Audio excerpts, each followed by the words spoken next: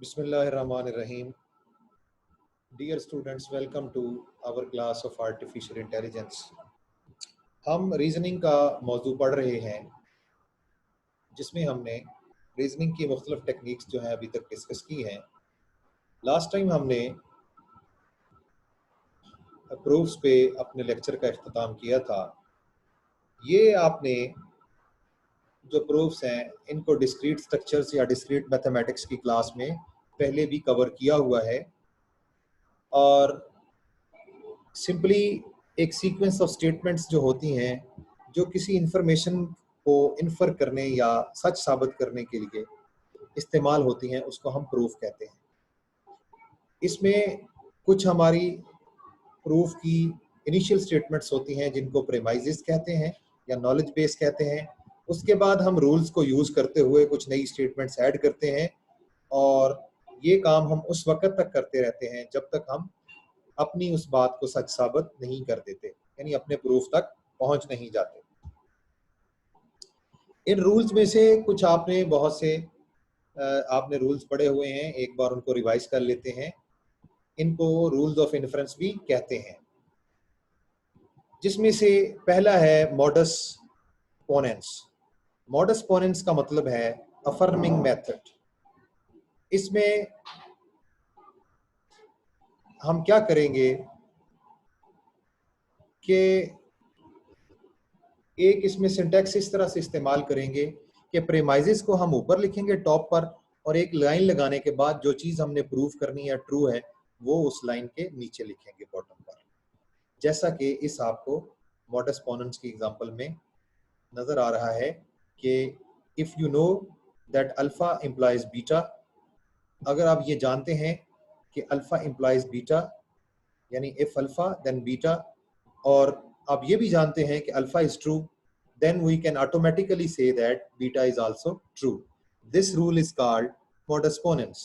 दोबारा सुनिए, अगर हम ये पता हो कि alpha implies beta and alpha is true, so we can automatically say that beta is true. This rule is called modus ponens. दूसरा रूल कहलाता है modus tollens. इसमें हम इस तरह से करते हैं कि if alpha implies beta and not beta, हम इससे कंक्लूड कर सकते हैं नॉट अल्फा। दोबारा सुनिए, इफ अल्फा इंप्लाइज बीटा यानी अगर alpha, if alpha then beta is true, यानी alpha implies beta is true and we know that beta is not true, so we can automatically claim that alpha is also not true. Again, modus tollens, दोबारा सुन लीजिए, alpha implies beta is true if we already know this and we also know that beta is not true. We can conclude that alpha is also not true. This rule is called modus tollens. उसके बाद है and का introduction और and का elimination. दोनों rules converse हैं। And introduction में हम ये कहते हैं alpha is true and beta is true. If both are true we can conclude that alpha and beta is also true. Again and introduction में ये होता है कि हमारे पास दो फैक्ट्स अलग अलग से ट्रू होते हैं। If two facts are true यानी alpha is true and beta is true, we can conclude that their conjunction is also true, alpha and beta. This is called and introduction. इसका converse क्या है? and elimination. If we already know that alpha conjunction beta is true, यानी alpha and beta is true, we can eliminate and from it and only say that alpha is true. These rules are called and introduction and elimination and both are converse rules. So इनको इकट्ठा अगर एक जगह देखें तो ये चार rules जो इन्फ्रेंस के हैं वो आज हमने कवर किए हैं, जिसमें से पहला मॉडस पोनेंस है, जिसको मैं दोबारा आपको बताता हूँ. If we know that alpha implies beta is true, and also we know that alpha is true, so we can automatically say that beta is also true.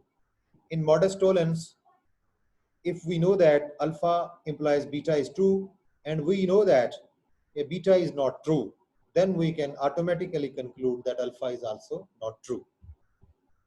And the third rule, that is called AND introduction. It says that if alpha is true, and on the other hand, beta is also true, we can conjunct that alpha and beta is also true. The fourth rule is called AND elimination, which says that alpha and beta, if we know that alpha conjunction beta is true, yani alpha and beta is true, we can conclude that alpha is also true. इसकी एक example देख लेते हैं. इसमें हमारे पास हमने prove करना है S is true, और हमारे पास गिवन 3 चीजें हैं. First, we have been given that P and Q is true.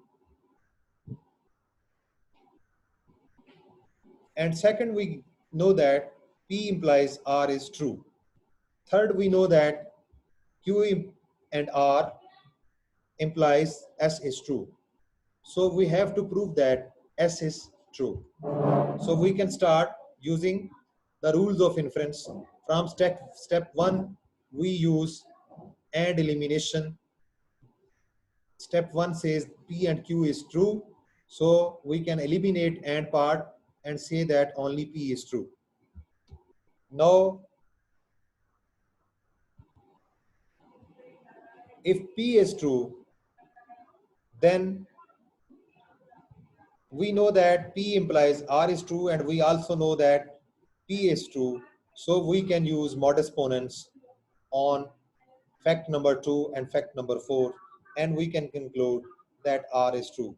Again, we know that P implies R is true, and we have proved that P is true. So we can apply the rule of modus ponens on fact number 2 and fact number 4, and we can conclude that R is also true. Now,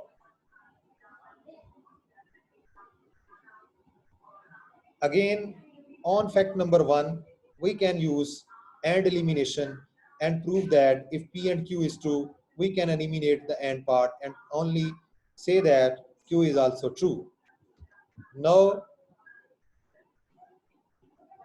if Q is also true and R is also true, so we can conjunct both these facts and we can say that Q and R is also true. This is called AND introduction, and we have applied the rule of AND introduction on fact number 5 and 6. So we have proved that Q and R is true. So if we know that Q and R implies S is true, and we know that Q and R is true, so we can apply rule of modus ponens on fact number 3 and fact number 7, and we can conclude that S is true. That was our target, to prove that S is true. So dear students, again मैं इसको revise करवा देता हूं इस table को. हमारे पास शुरू में 3 फैक्ट्स हैं. दोबारा देखिए, ये 3 फैक्ट्स हमें पहले से पता है कि ये सच हैं. पहला है कि P and Q, this is true, we know, ये मालूम है हमें, this given. P implies R is true, this is also given. Q and R implies S is true, this is also given.